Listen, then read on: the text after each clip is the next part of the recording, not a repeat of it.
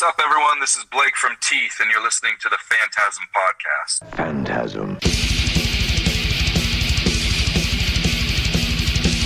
Maximum terror. Oh! That's your target audience, baby! Phantasm. And you know something? I sort of enjoyed it. Phantasm. Sell the metal! Sell the metal! Sell the metal! Sell the metal!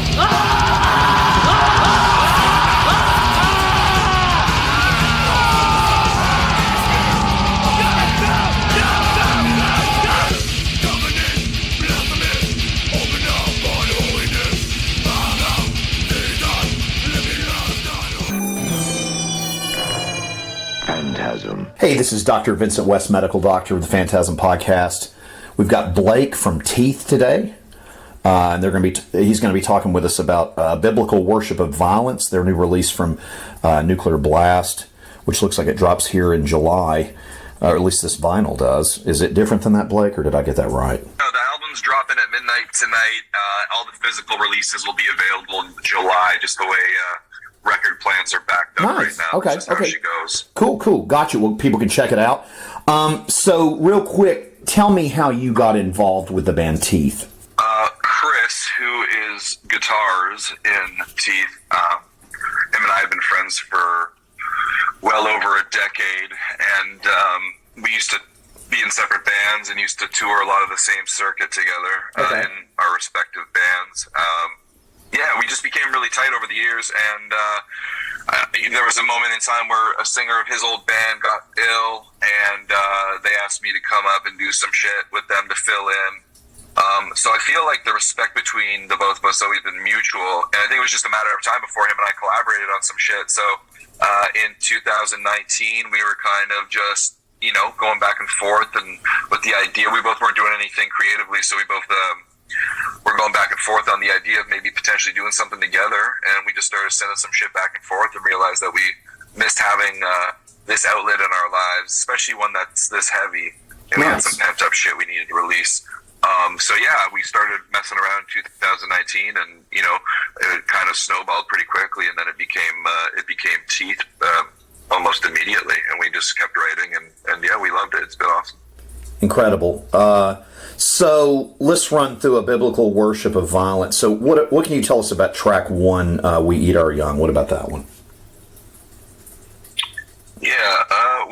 It's got a couple different meanings to me personally, but I think just kind of generalizing it, I'm a firm believer in it's not so much what the song means to me, it's how the listener interprets it. That's what matters the most. But I think for this particular song, it was something that is pretty.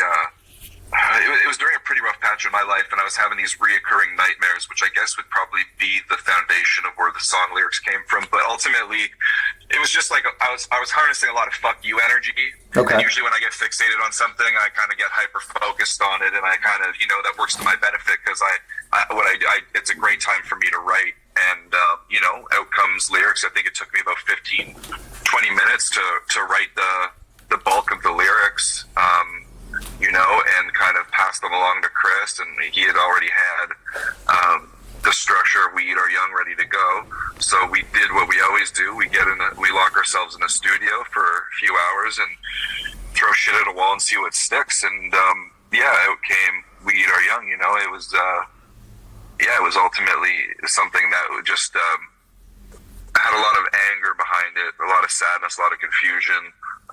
Just going through some personal stuff, and it was starting to attack me in a state of unconsciousness because it was starting to get me in my dreams. So it was stuff that I really wanted to get on paper, and that's how that song came to fruition. It's a great way to kick off this too. And then what about track 2, Hate Me?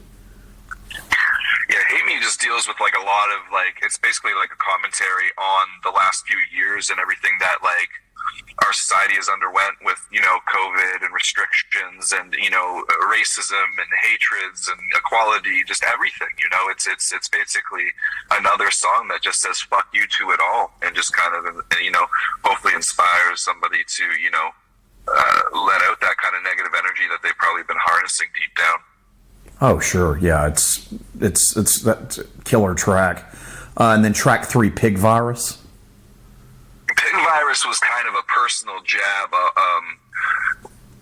in a personal relationship that I had with someone who, you know, I trusted and who I had love for, who ultimately was doing a lot of scummy shit behind my back with ulterior motive the whole time, knowingly what that person wanted to do. It kind of all came to a boil one day, and I still to this day am just like super caught off guard at how somebody could be so shitty. But I think that song was ultimately directed at that particular individual. Now, I don't know if that person were to hear the song would know that that's what the song was about, but I feel like a lot of people could relate to these types of relationships. I'm sure a lot of people have been betrayed in one capacity or another, and yeah, this is just maybe another. The whole fucking album is basically like a lot of fuck you energy, you know what I'm saying? So yes, it's just yeah, it's a good way for people to take it and have a little bit of a vent. Oh yeah, that's very relatable for me personally. That's great. What about track 4, Drip?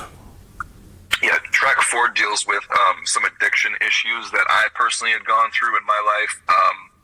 This past January, I've reached 5 years of sobriety. Congratulations. Eliminating. Oh, thanks, homie.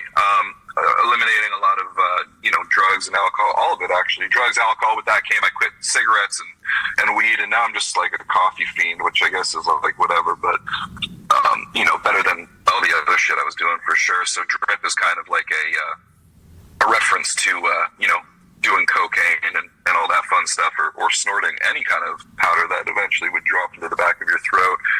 Street slang, I guess. And it's just kind of like the throes and the experiences of how being on those drugs and substances made me feel. It's very manic, it's very spastic, it's very fast-paced and confusing, and the lyrics are all over the place because that's, mentally where I was at when I was on those kinds of things. So this EP is so good. I can't tell you how much I love it. It's really cool.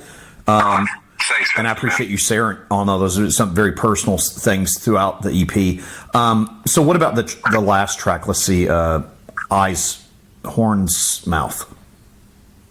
So Eyes, Horns, Mouth is kind of like, I guess I kind of wrote that in alignment with Drip and just, overcoming struggles, finding sobriety and kind of doing it on my own. I never really went to, I never dealt with any rehabilitation. I just one day woke up and I was done with it all. I got a 6-year-old boy who was my everything. Oh, cool. And when he was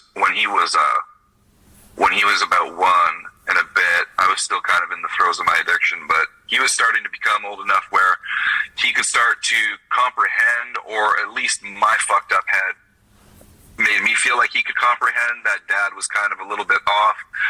And I grew up with parents who went through addictions and stuff like that. And, I guess it all kind of, it gets buried when you grow up until you deal with them at a later age. And I just, I really didn't want my son to know that version of me. So with that being said, Eyes, Horns, Mouth is essentially like a process. It's having like that devil on your shoulder that, kind of, says, hey man, like it's all good. Just fucking have a drink, which will segue into have some of that and have some of this. And sure. It's basically, it's basically having your good conscience and your bad conscience. And, the struggle in being tied in the middle of them and, deciding on which direction is the right way to go. Incredible. I love that everything's so personal in here, and you can really feel it with the music and the lyrics and whatnot. So as far as you guys like mixing and did y'all use a producer? Did y'all self-produce Biblical Worship of Violence? Yeah, we self-produced, and we also used a producer who, we would call another member of our band. His name's Davis Maxwell. He had a church out in the middle of nowhere, out in like Fort Erie, Ontario, which is like the outskirts of anything Okay. suburban around here. So we used to go to this big gutted church that he turned into a studio, and that was like our space for a long time. We released a little EP called the 575 EP, which is basically the first singles we ever released as this band. Oh, wow.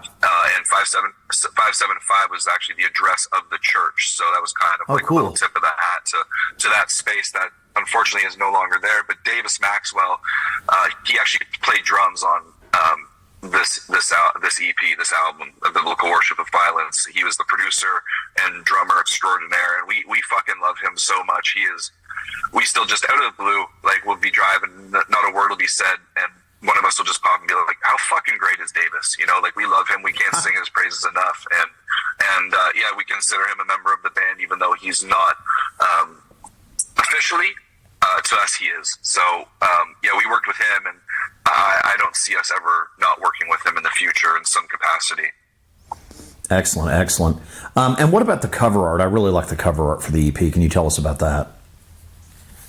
We just wanted to encapsulate something that, you know, did justice to what the sound of the album was. You see this, like, sharp, dangerous crown of thorns. Now, we didn't want to lean into the religious side of biblical, of the title, but we wanted it to look violent. We wanted it to look, you know, just sketchy as fuck. You know, we wanted it to be captivating when somebody, you know, flips through their LPs or whatever, is walking in a record store, or even scanning, you know, the internet, looking through new releases, or discovering for the first time maybe years later, and just wanted to be, like, enticing enough to be like, okay, like, I'll check this out. To me, it kind of looks like a Massive Attack album. So, like, it's crazy that, you know, you can never really judge a book by its cover when it comes to music. Sure. So, yeah, we just wanted it to look dangerous and, you know, off-putting and just interesting. We want people to be captivated by it so that they can click and listen away. And if they like it, fantastic. And if they don't, I mean, there's another world of music out there for them.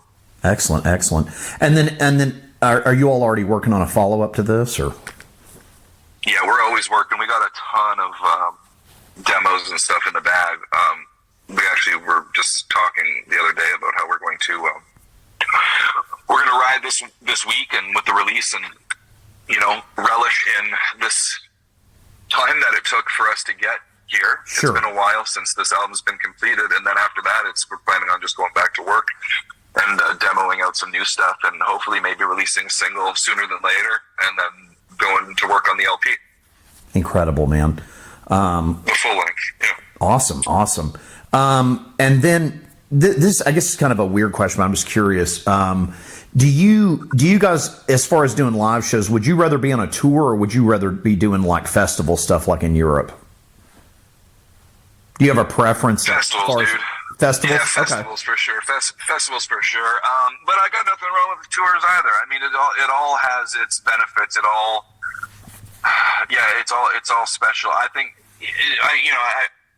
I can't be picky. I think just being on stage and being able to perform these songs live is, like, what it's all about for me. Listening to the music's one thing, but to experience us live is what we thrive on. So, you know, of course, playing in front of a festival in front of 50, 80,000, 20,000, whatever it is great. But there's something also about playing tours where there's the intimacy of playing to, like, you know, a 200, 500, 1,500, 2,000 cap room. Just kind of, you get to engage with the crowd a little bit more, I'd say, in those touring atmospheres. So it's hard to decide, but, you know, they both have beautiful elements to the both of them. Incredible. Well, you guys are an exciting band. I appreciate you taking the time to do this. Kids, pick up Teeths, or go check out Teeths. It's going to be, you go listen to it. By the time I have this up, it's out. Go listen to A Biblical Worship of Violence. And Blake, I can't thank you enough for taking the time to do this today, man. I wish you guys all the best. Can't wait to hear the next stuff you put out. It was my pleasure. Awesome. My pleasure, Vincent. Thanks for having me. Thank you. Phantasm. And you know something? I sort of enjoyed it.